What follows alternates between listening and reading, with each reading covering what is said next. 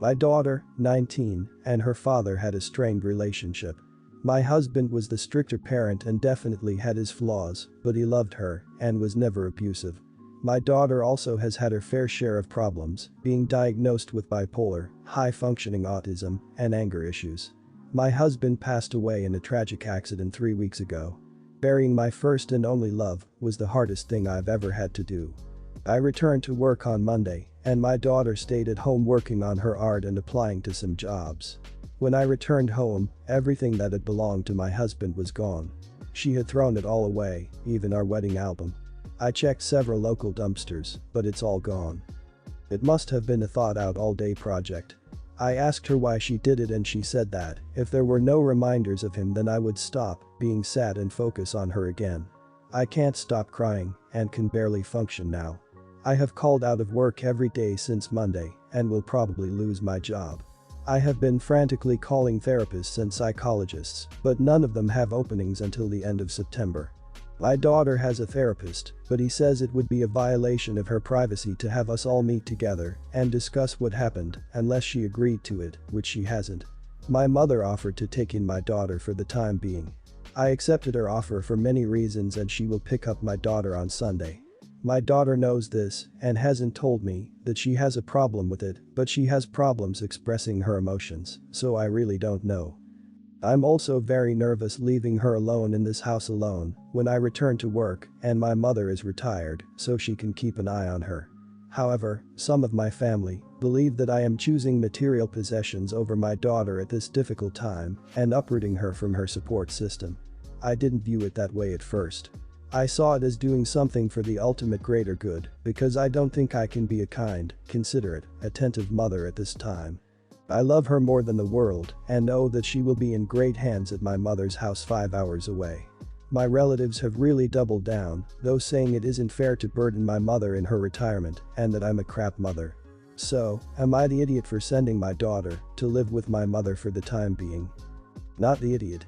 They weren't material possessions, they were a link to your husband whose death was very sudden and very recent, and you've barely even begun to grieve. Having those objects to hold on to would have helped you tremendously, and your daughter stole those comfort objects from you and isn't even sorry. I do encourage you to get therapy as soon as you can. As for your daughter, it sounds like she might need something a lot more intense than the therapy she is currently getting. Not the idiot, if she's lashing out against you and your things like this, then some separation probably what's healthiest for both of you. You're not putting material possessions before your daughter, you're getting physical and emotional distance that you need to preserve your relationship in the long run. Your family sees this as you punishing her, when really it's doing what's best for both of you. She needs a change of scenery and closer supervision, and you need to be able to feel safe going to work. Not the idiot. You have experienced a triple blow, the loss of your husband, the loss of things that remind you of him, and intentionally abominable treatment by your daughter. People have given all sorts of advice about and assessments of the emotional side of this situation. I'll focus on the practical. Someone helped your daughter remove your husband's things. Figure out who, and you may find the things. The list of people who would help her do this is short. She may have lied to them, insisting it was done at your request. I hope you are able to recover some of your husband's things. My daughter, 19, is going through a tough time. On top of the obvious difficulties of the pandemic, she has been struggling with depression. Her classes are all online, so she lives with us. My husband and I are both working from home, so we are very involved with her day to day. We do our best to engage her, family walks, game night, cooking together, but she is still feeling pretty down. She sees a therapist online, but I am not privy to how that is going.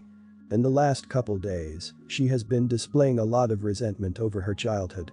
I'm specifically talking about ages 12 to 14. During those years, her father, my husband, was diagnosed with prostate cancer and was going through aggressive chemo. He has recovered enough to live a normal life. I won't lie, those were very tough years for our family. My daughter is an only child and was used to our full attention and engagement. It was a hard transition for her to have her father not be able to care for her like he used to, and myself having to split my time between her and my husband. We had a lot of support from our family, and we were able to maintain her lifestyle with their help. She didn't have to quit any teams, she never missed school. I do acknowledge that emotionally there was damage, so we did family therapy for years. Yesterday she was in a bad mood. During dinner, I asked her what was going on, and she went into this explosive rant about how many issues she developed due to us. Apparently, we are responsible for her grades slipping, her relationships failing, her weight gain, etc. She tied it all back to her missing crucial development during the years where her father had cancer. At one point she says something like, "Has it ever occurred to you that maybe you should apologize? You basically deprived me of a childhood." My husband says, "I'm sorry honey, I could have done better and I could have done more for you." I shut that down and told her, "No, you are not going to guilt your father into apologizing for having cancer. This is unacceptable. You need to accept that life is not fair and there is very little we can do about it. Go to your room and calm yourself down." She told me to go screw myself and went to her room. My husband and I have been arguing about how this was handled. He thinks that an apology is not big deal and he was hurt by what she said, but that he could take it. I think that she is looking for someone to blame for her current unhappiness and that we, as her parents, are easy targets. I also know that my husband already feels a great deal of guilt for putting our family through so much turmoil. I love my daughter and want her to be happy. At the same time, I do believe she is at an age where she needs to take on personal accountability. Am I the idiot here? Not the idiot. Your daughter is trying to avoid improvement by telling herself two self-destructive things. That she is somehow irreparably harmed, so it's not worth trying to do better, and it's her parents' fault, thus she is not responsible for her own mistakes. This is not the path to health. You can apologize for the ways that you or your husband did not handle yourselves well during his illness. But you are completely right that you cannot allow her to follow a line of thinking where she gets to tell herself that her life is ruined because her dad got cancer. Not the idiot. She has become spoiled to the point of not having any empathy for what your husband has gone through. You need to figure out how to either get her to see this or be prepared for a very difficult journey with her. It is easy to blame parents. You take for granted that they love you no matter what. Some forget love doesn't mean they like you as a person. Maybe time to join in on her counseling sessions to figure out why in the world she thinks anyone would be responsible for having cancer. No idiots here. Your daughter is an adult who is dealing with complex crap. She blew up, and while it sounds like it was possibly idiot behavior, it sounds like she's doing her best overall, and this is an isolated incident. You and your husband had two different ideas on how to handle that outburst, both fairly common, and neither is actually more correct. Sometimes it's easier to say sorry, sometimes hard truths are better, but it's impossible to know for sure. I don't think I should tell you, your husband or your daughter, where to go from here. But good luck anyway. Evelyn is 9 and she's been testing boundaries lately. My husband and I do not spank, we do timeouts, take away privileges, and talk things through. Lately, she has begun saying rude, insulting things out of the blue. These comments range from critiques on clothing to criticisms of weight or other physical features. Absolutely rude statements that my husband and I would never say about anyone, ever. Whenever she has made these sorts of comments, we have had serious discussions with her about how inappropriate and hurtful they are, and we urge her to think before she speaks next time.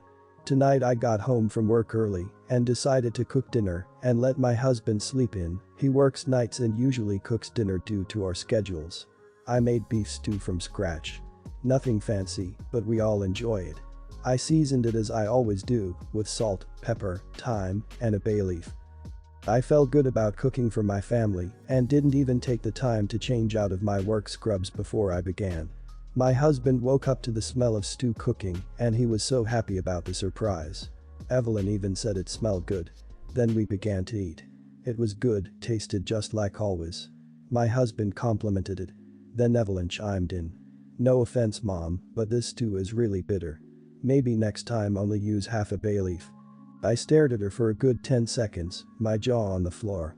I had just worked a 12-hour shift at the hospital and come home to cook her dinner from scratch, only to have her insult my cooking. I honestly wasn't sure how to react.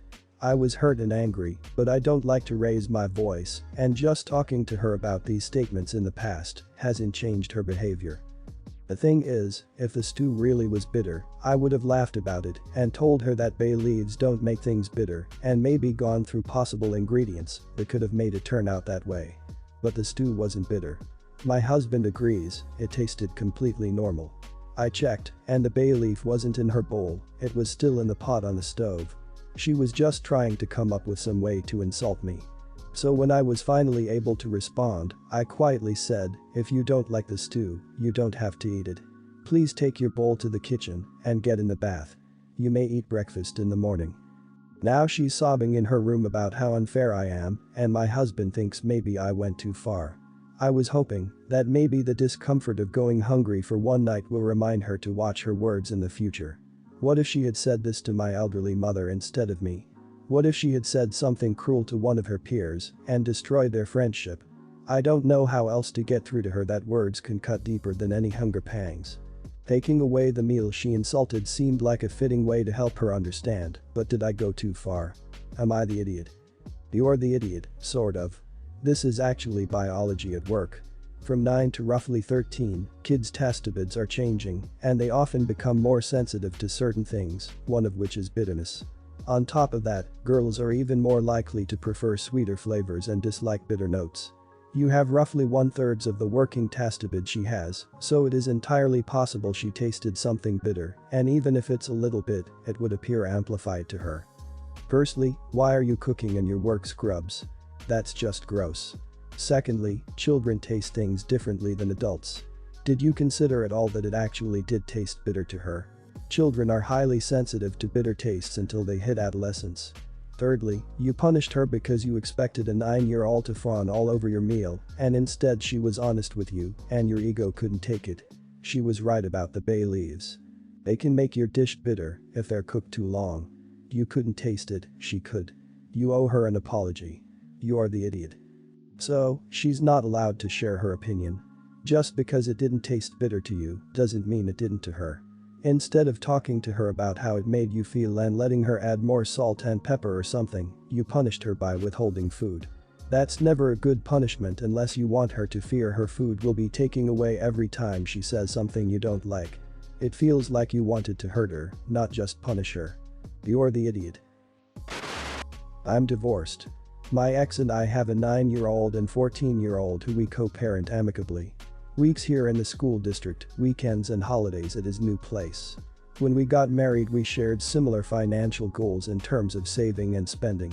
Pretty standard stuff that we took vacations and made indulgences occasionally but saved for the basics like emergencies, college payments, and retirement. A while ago he got remarried to a woman whose philosophy is, I'm quoting here, spend it if you've got it because you can't take it with you.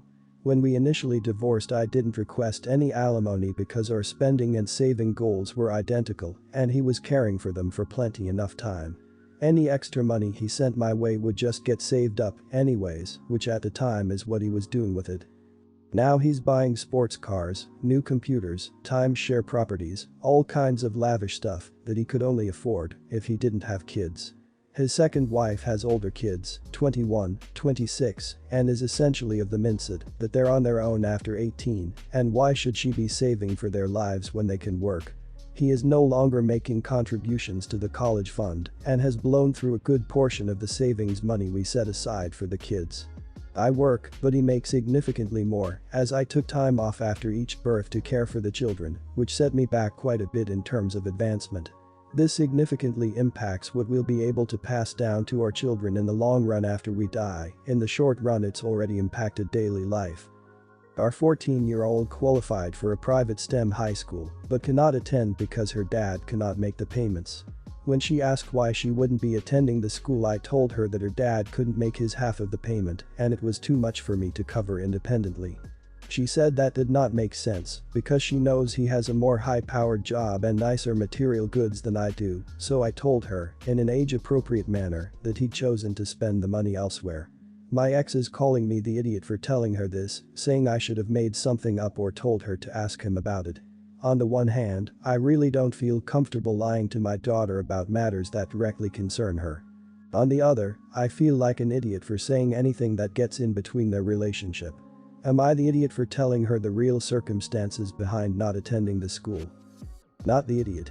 I went through something similar when I was her age. My mom didn't tell me because she didn't want me to think less of my father. However, my grandmother told me the truth about that and the rest of the finances. I was then, and I am now, very appreciative in the decades since that my grandmother told me the truth. I had no illusions about my father. Additionally, my mother was glad too that I knew the truth. Please look into getting the proper amount of child support and alimony. Good luck to you. Not the idiot, but you would be the idiot if you don't take this man to court to protect your daughter's future. He has a responsibility to her, and you didn't get it in writing during the divorce because at the time he was being responsible and doing the right things. Now he's not doing the right thing and you need to get the courts involved so they will order him to pay for her schooling and to contribute to her college fund. She should not have to suffer because he's decided buying shiny things for his new wife is more important than his daughter's future. Not the idiot. Your ex should not have put you in this position. Your daughter is 14, she's old enough to understand important matters such as her education. I suppose it's theoretically possible you could have handled this in a somehow better way, but hindsight is 20/20, and you can't tell a teenager let me answer this question tomorrow after I've had time to think of how to put a positive spin on the answer. If your ex wanted to control the narrative, it's a conversation he should have had with his daughter. I, 32, have a 12-year-old daughter. She splits time between my house and my ex-husband's, her father's, house. Her father is a huge American football fan and like the local team. My daughter also is a fan of that team, and on Sundays, she's at my house will watch their games and FaceTime with her father. Tonight their favorite team is playing a playoff game. It is my night with my daughter. About a week ago my ex messaged me and asked if he could pick up our daughter so he could take her to the game. When I checked the weather it was supposed to be freezing, at or below zero, so I said I wouldn't be comfortable with her actually going to the game, but if he wanted they could watch the game together at his house. He agreed and said they wouldn't be going to the game and picked her up last night.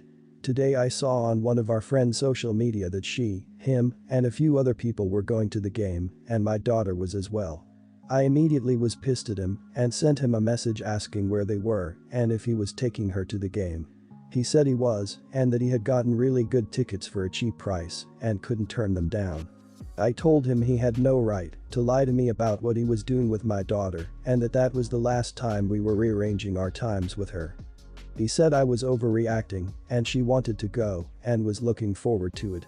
He said I was making a big deal out of nothing and he could do whatever he wanted. I was still very upset and told him was risking our daughter's health for a football game and that he was being an awful co-parent.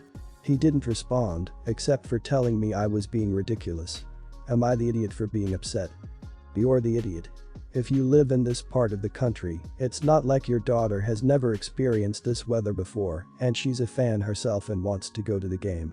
If you live where there are sub-zero temps, you've probably also heard the phrase there is no bad weather, only bad clothing. It's perfectly possible to dress properly for this kind of weather and not risk your health. The stadium is going to be full of 70,000 people doing exactly that, along with a few drunk idiots who will decide to take their shirts off. You're the idiot. He lied, yes, but he did it because he wanted to share a special bonding moment with his daughter. His motivation wasn't bad. You, on the other hand, what's your motivation? You know people go skiing when it's below freezing out, right? And sledding, and we build snowmen. They had the ability to just get up and leave if they got too cold. I suspect you're jealous that she got to do something huge and memorable that she really enjoyed. And you don't like that it didn't involve you. You're the one doing co-parenting badly. Everyone's the idiot here. Except for the kid. Him only cause he shouldn't have lied. He also shouldn't have needed to. You for being over-controlling. Zero is perfectly fine weather to do things outdoors, that's what winter clothing and outdoor gear is for. It sounds like you just wanted to get in the way of their activity and you come off as sounding resentful they share this interest. I'm getting really strong vibes of that mom complaint post earlier that her ex wanted the kid for a birthday dinner.